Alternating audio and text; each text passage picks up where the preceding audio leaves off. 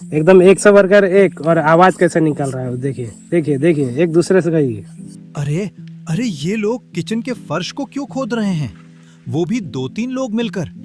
क्या सच में नीचे कुछ छिपा है? नमस्कार दोस्तों, मैं हूँ ब्रिस्किट रॉय, एक स्नेक रेस्क्यूअर जो बिना किसी शुल्क के लोगों की मदद करता हूँ। भरनाबाड़ी से मुझे सूचना मिली कि एक घर के किचन में छोटे छोटे कोबरा के बच्चे दिखाई दे रहे हैं। जब मैं मौके पर पहुंचा तो पहले एक बच्चा निकला, फिर दूसरा, फिर तीसरा। कुछ बच्चे बिलों के अंदर भाग गए। मेरे पास उस समय ग्लव्स भी नहीं थे, इसलिए पूरी सावधानी के साथ रेस्क्यू शुरू किया। तभी समझ आया कि ये कोई सामान्य मामला नहीं है। किचन के नीचे चूहों के बनाए अनगिनत सुराख थे और उन्हीं रास्तों से अंडों से निकले जुवेनाइल कोबरा बाहर आ रहे थे। आखिरकार हमने फैसला किया कि फर्श को सावधानी से खोल कर देखा जाए। यकीन मानिए, जहां जहां मिट्टी हटती गई, वहां से एक एक करके कोबरा के बच्चे निकलते गए। कुल मिलाकर मुझे 9 बच्चे सुरक्षित मिले, जबकि 4 से 5 बच्चे अलग अलग बिलों से निकलकर भाग गए। और दोस्तों, ये जो नन्हे नन्हे कोबरा के बच्चे आप देख रहे हैं, इन्हें कभी भी कमजोर या बेखतर मत समझिए।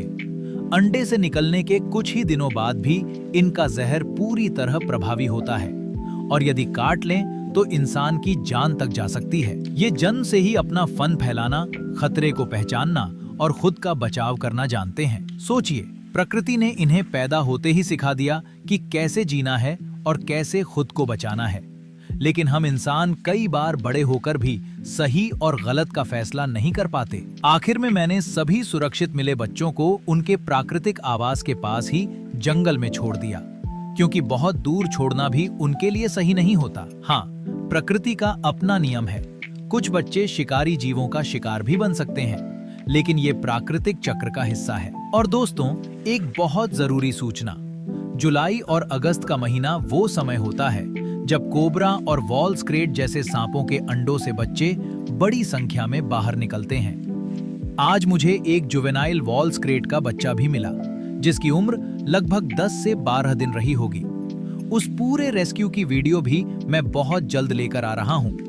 तब तक इस वीडियो को ज्यादा से ज्यादा शेयर कीजिए ताकि लोग सतर्क रहें, बच्चों को सावधान रखें और सांप दिखने पर घबराकर उन्हें मारने के बजाय सही तरीके से रेस्क्यूअर को बुलाएं। इस पूरे रेस्क्यू ने मुझे फिर याद दिलाया कि सांप दुश्मन नहीं, बल्कि हमारी प्रकृति का एक महत्वपूर्ण हिस्सा है। इसलिए सांप दिखें तो उन्हें मारिए मत, सुरक्षित दूरी बनाए रखिए और किसी प्रशिक्षित स्नेक रेस्क्यूअर को बुलाइए। सांपों को बचाइए, प्रकृति का संतुलन बनाए रखिए।